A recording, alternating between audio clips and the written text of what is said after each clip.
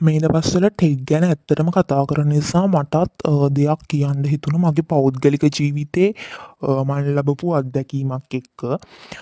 මං ස්කොලර්ෂිප්ස් O level දෙකම හොඳට කියන්නේ ස්කොලර්ෂිප් වලින් මගේ මේ ඉස්කෝලේ පාස් වලින් මම තමා වැඩිම ලකුණු අරගෙන මං වෙන මධ්‍ය මහාවිද්‍යාලයකට ඇතුළත් වුණා.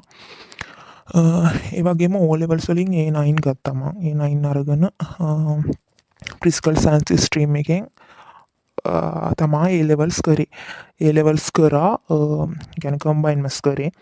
තව මගේ යාළුව ගමේ කට්ටිය ගම ගැන ප්‍රදේශය කට්ටිය බයෝ කරපු කට්ටිය හිටියා. ගෑනු පිරිමින්ද කොල්ලම බයෝ කරපු අය හිටියා. ඉතින් ඒ කට්ටියත් හොඳ හොඳ රිසාට් දැම්මා. එතකොට ඔය අතරේ මගේ ඒ කලින් පාසලේම පිරිමි ළමයෙක් හිටියා. පිරිමි ළමයා ශිෂ්‍යත්වයේ O level හරියට කරගත්තු නැති ළමයෙක් ඇත්තටම. O level ඒවා හරියට කරගත්තේ නැහැ. A level කොහොම හරි වෙන වෙන ප්‍රදේශවල පන්ති වලට පවා ගිහිල්ලා දිස්ත්‍රික්කේ මුල්ම 10 දෙනා අතරට ඇවිල්ලා හිටියා. දිස්ත්‍රික්ක මුල්ම 10 දෙනා අතරට ඇවිල්ලා හිටියා. එතකොට ඊට පස්සේ කොහොම හරි මං අඩු පහසුකම් යටතේ ඉගෙන ගත්තු ළමයෙක් ඇත්තටම. ඒ කියන්නේ හැමදාම පයින් ගිහිල්ලා බස් වල ගිහිල්ලා එක මේ ප්‍රදේශෙම පන්ති ගිහිල්ලා එක පන්තියකට විතරයි සහභාගී වුණේ මං.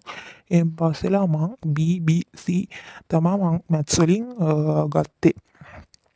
ඒ ළමයාත් මගේ වයසේ. ඒ ළමයා ටෙක් කරලා දිස්ත්‍රික්කේ මුල් 10 දෙනා අතරට ඇවිල්ලා තිබ්බා. ඊට පස්සේ රිසල්ට් ආපු කාලේ ඒ ළමයාගේ අම්මා මේ ගෙවල් ගානේ ගිහිල්ලා කියලා තිබ්බා මේ අපේ ළමයා මෙහෙම අරගෙන මෙහෙම මේ කැම්පස් පාස් කියලා එහෙම මේ ගෙවල් ගානේ ගිහිල්ලා එක කියන්න පටන් ගත්තා අර ළමයාගේ රිසල්ට් එක. ඉතින් නිකන් කියන්නත් නෙමෙයි ආවේ කැවුම් හදාගෙන තමයි කියන්න ආවේ. මේ මං මැත්ස් ටෙක් කරපු ඒ ළමයාගේ අම්මා ආවා කැවුම් අරගෙන ඒ ළමයා දිස්ත්‍රික්කේ මුල් 10 දෙනා අතරට ආවා. අපි මේ ෆේල් වෙලා නෙමෙයිනේ. අපි BBC ගත්තේ. මං කරන ඩිග්‍රී එකට මේ ළමයා කරන එකට වඩා මං කරන එක උසස් කියන්න මං දන්නවා. මේ එහෙම රිසර්ච් එක පැත්තෙන් ගත්තාම. එතකොට මේ ඒ ළමයාගේ ඉතින් ඒක හොයාගන්නවනේ හොඳ රිසර්ච් එකක් ගත්තත් ඒක ගෙවල් ගානේ කියන්න උවමනාවක් නෑ ඇත්තටම. ගෙවල් ගානේ ගිහිල්ලා මේ ගෙයින් ගෙට යන්න ඕනේ නෑනේ රිසර්ච් කියන්න. ගෙයින් ගෙට ගිහලා එක්කෝ ඒ ළමයාට හරි කියන්න තිබ්බා අම්ම එපා ඕක කරන්න මේ මොකද ගෙයින් ගෙට ඒවා කියන්න යන්න එපා කියලා. මොකද ස්කෝලර්ෂිප් කියන එක පොදුවේ තියෙන විභාගයක් මුළු ලංකාවටම එකම තියෙන විභාගයක්. ඒතකොට ඒකෙනුත් මගේ පාසලෙන් වැඩිම ලකුණු ගත්තා. ඒ ළමයාත් මගේ පන්ති හිටියේ.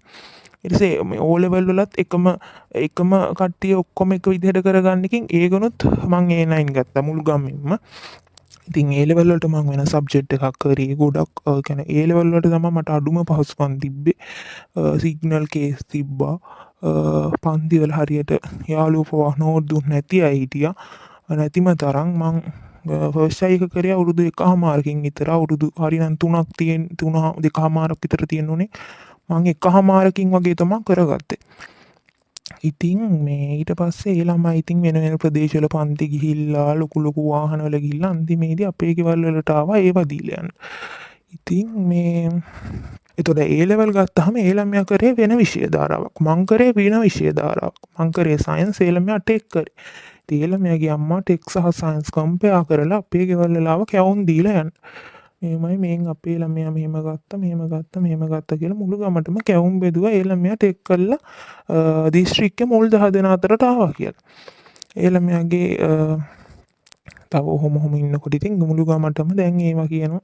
ඒ ළමයා විතරයි කැම්පස් ගියේ වගේ ඒ එන එක්කෙනාට ඒවා කියනවා ඉතින්. මුළු ගමින් මෙයා විතරයි වගේ හරියට කැම්පස් ගිහිල්ලා තියෙන්නේ. ඉතින් එතකොට එහෙම වෙනකොට මේ ඒකනේ කියන්නේ ටෙක් අය හොයාගන්නවා කියලා. ඉතින් ගුරුවරු කියන්නේත් අන්න ඒකින්ද වෙන්න ඕනේ.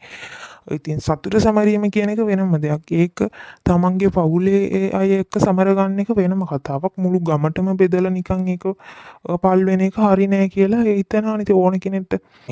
තමන් රිසර්ච් එකක් ගත්තා නම් ඒක සාමකාමීව ඒ කියන්නේ අර අපි එකට වචනයක් කියනවා මේ නිහතමානී ආඩම්බරකමක් ඇතිව තියන්න ඕනේ. ඒක ගම වටේ බෙදන්න යන්නේ නැතුව ඉතින්. ඒතර කැවෙනවනේ කොච්චර දෙයක් හොඳ දෙයක් ගත්තත් අවසානයේදී මේ සංවර්ධනය කරපු කෙනෙක් දැක්කමයි එහෙම ටෙක් කරලා මැස් කරපු අයගේ බයෝ කරපු අයගේ ගෙවල් ගානේ ගිහිල්ලා කැවුම් දීලා තිබ්බා. ඒ ළමයා ටෙක් කරලා මේ දිස්ත්‍රික්කේ මුල් 10 දෙනා අතරට ඇවිල්ලා කියලා. මේ ඊට පස්සේ තව ඉතින් එක ඒවා කියනවා යාළුවා අම්මලා ස්කෝලර්ෂිප් සම්බුණා. ඒ වගේම මහා ලොකු විදියට කියනවා. ඉතින් මේ කියලා තිබ්බ මේ අර තමන් මහන්සි වෙලා රිසාර්ට් එකක් ගන්න ඒකේ සතුට සමර ගන්න ඕනේ. ඇත්තටම ඒ තමන් තනියම අපිට ඊරිසියාවකට එහෙම ගත්තා නෙවෙයි. මේ ඊරිසියාවට මේ කියන්නේ එහෙම දෙයක් නෙවෙයි. ඉතින් ඇත්තට මොකද මගේ ඥාතියොත් නෙවෙයි. අර මගේ ළමයා මම එක කතා කරන්නෙත් නෑ ඇත්තටම. ඉතින් එහෙම කැවුම් දීලා ගියා මේ ගෙවල් වලට ඇවිල්ලා. ඉතින් මේක මම පෞද්ගලිකව කියන්නේ මේ එහෙම වෙන්න ඕනේ නෑ. ඇත්තටම ඒ කියන්නේ තමන් හොඳ රිසෝට් එකක් ගත්තා නම් ඒකේ තමන් ඒකේ ආත්ම ගෞරවය තියාගෙන ඉන්න ඕනේ. ඒක තැන් වල කියවන්න යන්නේ නැතුව ඇත්තටම.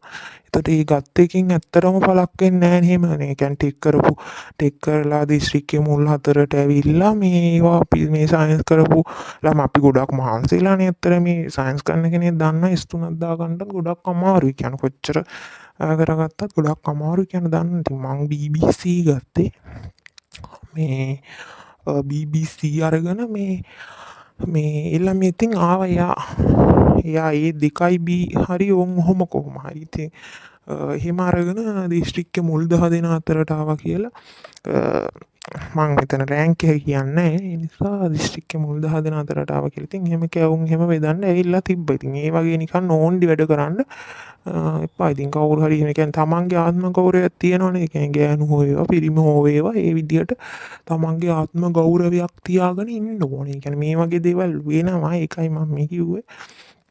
මේ දවස්වල ටෙක් ගැන ගොඩක් කතා කරගෙන ඉන්න හින්දා කට්ටියට මම මේක කිව්වේ.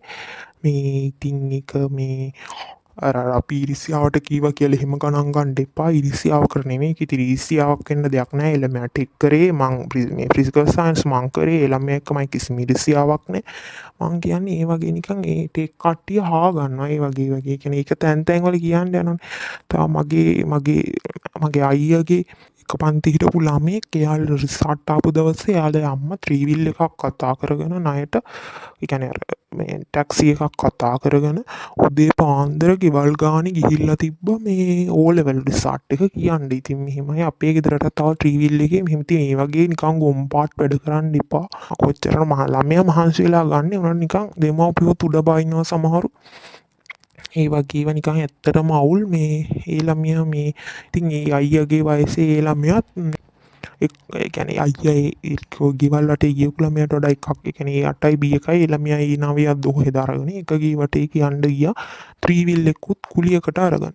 ඉතින් එහෙම වගේ දේවල් කරන්න එපා. දැන් ඒ වගේ එහෙම ඉක්ුත් වෙනවා ටෙක් මේ ටෙක් ඒ ළමයා අපට කැවුම් දෙන්න ආවා. මේ කවදාවත් ඒ ළමයා අපේ ගෙවල් වල එහෙම ඇවිල්ලත් නැහැ. මේ ළමයාගේ අම්මා එහෙම ඇවිල්ලත් නැහැ. මේ කැවුම් දෙන්න ආවා. ඉතින් ඒ වගේ නිකන් ගොම්පාට් වැඩ කරන්න හොඳ නැහැ. මේකේ ළමයාට හොඳ නැහැ නේ. ළමයා මහන්සිලා ඒ අතරට එන්න ඇත්තේ. ඉතින් ඒක සාමකාමීව සමර ගන්න ඕනේ. ඒක ඉතින් හැමෝම මේ වගේ විදිහට කැමති වෙන්නේ නැහැ. මේ අන්තිමේදී මේවා ඉතින් ආවා ඒක එයාලගේ ආසාව වෙන්න පුළුවන්. ඒ වුණාට ඒක නිහතමානීව සැමරීම තමයි ගොඩක්ම වටින්නේ කියලා හිතනවා. ඒ ළමයා කැවුම් බෙදන්න ආවා අපේ ගෙදර. ඒ වගේම අර මගේ අයියා වයස එක්කෙනා ආවා අපේ ගෙවල් වල ත්‍රිවිල් එකක් අරගෙන ආවා මේ රිසාර්ට් එක කියලා. ඉතින් මේ වගේ ඒවා හිම හරියන්නේ නැහැ. ඒකේ අන්තිමේදී රිසාර්ට් එකේ වටිනාකමක් නැති වෙනවා. අන්න ඒකයි වෙන්නේ. කොච්චර කනත් ළමයා මහන්සිලා කරත් ඒවා දෙමව්පියෝ හරි මේවා කරන. එයාලගේ සතුට වෙන්න පුළුවන්. සතුට සාමකාමීව සැමරීම තමයි ගොඩක්ම වැදගත් වෙන්නේ. නිහතමානී ආඩම්බරයක් තියාගන්න ඕන තමන් ගැන. ඒක වෙනම කතාවක්. මේ වගේ තැන් වල ඒක ගිහිල්ලා කියවම හරි නෑ. මොකද ඒ ළමයා විතරක් නෙවෙයි ඊට වැඩිය තව රෑන්ක් දාපු ළමයි ඉන්නවා. ඉතින් එයාලා පාඩු වෙන්න අය ඉන්නවා. සමහර ස්ටේටස් වත් දාන්නේ. මගේ යාළුවෝ අනන්ත හිටියා ඩිස්ට්‍රික් රෑන්ක් ගත්ත ළමයි. ඒ කියන්නේ ඉන්ජිනියරින් ගියපු ළමයි, මෙඩිසින් ගියපු ළමයි. ඉතින් යාළුවට කෙලින්ම ෆීල්ඩ් එක තියෙනවා. ඉතින් එතකොට මේ එයාලවත් ඒ වගේ ඒවා ගන්නේ අඩු මේ ළමයි ස්ටේටස්වත් දන්නේ සමහරු ඉන්නවා නිහතමානී උඩ පනින්න දඟලන්නේ නැති අය. ඉතින් ඇත්තට මේ වගේ ඉතින් අන්න ඒකයි සමහරු ගණන් ගන්නෙත් නැත්තේ ඒ විෂය. දැන් මේ වගේ දෙයක් කරලා අර ළමෙක් එක්ක කම්පෙයා කරලා ඉතින් ගෙවල් ගානේ කැවුම් බෙදන්න යනවා. ඒක ඇත්තටම අවුල් සහගත දෙයක් නේ.